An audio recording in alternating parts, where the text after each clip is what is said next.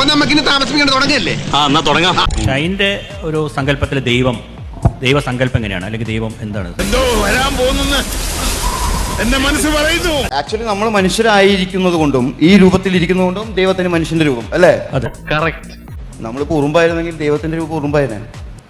ഭയങ്കര അനക്കാരുടെ ഒരു പേര് ലൂസാന്ന് പറഞ്ഞേ. നമ്മളിപ്പോ ആനയാണെങ്കിൽ ദൈവത്തിന്റെ രൂപം ആനയായിരുന്നേനെ.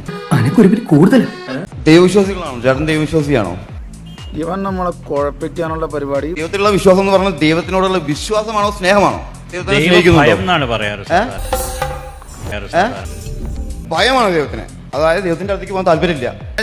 തന്നെ അണ്ണന് വയറിറച്ചും ബുദ്ധി തന്നെ.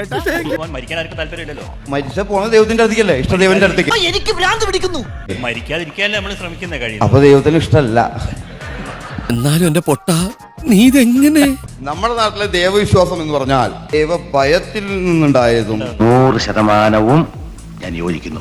ദൈവത്തിന്റെ അടുത്തേക്ക് പോകാൻ ഒരിക്കലും ആഗ്രഹിക്കാത്തതുമാണ് അല്ലേ? തനി രാവണൻ 10 തലയായവന്. അതെ, നമുക്ക് ഇഷ്ടമുള്ള ഒരു സ്ഥലത്തേക്കോ സാമീപ്യത്തിലേക്കോ എത്താനല്ലേ നമ്മൾ ആഗ്രഹിക്കുക. ഓ തന്നെ അങ്ങനെ ഒരു മതങ്ങളും പഠിപ്പിക്കുന്നില്ല. ധൈര്യം ഞാൻ എന്റെ ചാൽ ശോഭരാജ് മാത്രമേ കണ്ടിട്ടുള്ളൂ. നന്നായി ജീവിച്ചാൽ കുറെ കാലം വരെ ജീവിക്കാം പഠിപ്പിക്കണം. അപ്പൊ നിനക്ക് എങ്ങനെ കിട്ടി കുട്ടി ധൈര്യം?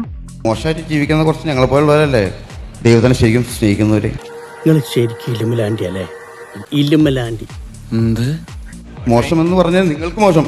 എനിക്കങ്ങനെ തോന്നിയില്ല. അപ്പൊ പിന്നെ എന്താ പ്രശ്നത്തില്? എല്ലാ കേസും സോൾവ് ആണ്. ഈ വലിച്ച് സ്വയം ശരീരം കേടാക്കുന്നതെന്ന്.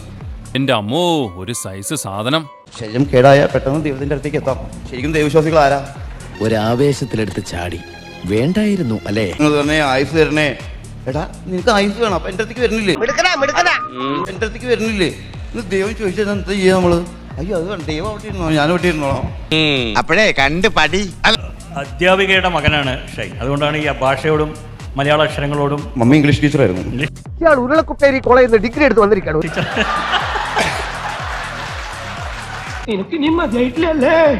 ഈ ഭാഷയുടെ അടിമത്തത്തിൽ നമുക്ക് രക്ഷപ്പെടാൻ പറ്റിയിട്ടില്ല. മറ്റടിമത്തത്തിൽ രക്ഷപ്പെട്ടിട്ടില്ലെങ്കിലും. ഏത് ഭാഗ്യം കൊണ്ട് കമൽ സാറിന്റെ ഭാഗ്യം കൊണ്ടാണെന്ന് അറിയില്ല, എന്റെ ഭാഗ്യം കൊണ്ട്. സാറിന്റെ ഭയം കൊണ്ട് തന്നെ ഉറപ്പാണ്.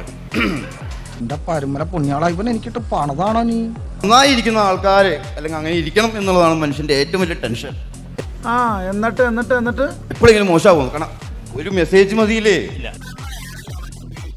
മെസ്സേജ് അയക്കുന്നത് മോശം പരിപാടിയല്ല ആക്ച്വലി. എന്തോ കുത്തി പറയുന്ന പോലെ എനിക്ക് ഫീൽ ചെയ്യുന്നുണ്ട് കേട്ടോ. ഇതൊരു ഓപ്ഷൻ മാത്രമാണ്.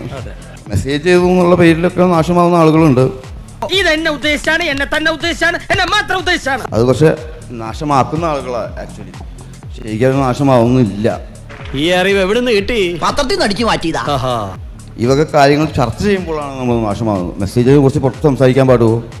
ഈ പറഞ്ഞതിന് വേറൊരർത്ഥം ഇല്ലേ? അതാണല്ലോ പേഴ്സണൽ മെസ്സേജ് എന്ന് പറഞ്ഞിട്ട് ഓപ്ഷൻ കിടക്കുന്നത്. കമന്റ് എന്ന് പറഞ്ഞിട്ട് വേറെ ഉണ്ട്, എല്ലാവർക്കും കാണാൻ പറ്റും. ശരി. അപ്പൊ നമ്മൾ ഒരാൾക്ക് രഹസ്യമായിട്ട് അയക്കുന്ന മെസ്സേജ് പുറത്ത് പറയുന്നതാണ് ഏറ്റവും മോശത്തരം. വിവരമില്ലാത്തവനാണെങ്കിലും സത്യം പറയൂ. മെസ്സേജ് കൂടെ അയാൾ അറ്റാക്ക് കയറി പിടിക്കുന്നില്ലല്ലോ. പറഞ്ഞോണ്ട് നേരം പോയി അറിഞ്ഞില്ല. ഞാൻ പോട്ടാ. ഞാനും വരുന്നു. ചുമ്മാ വരി.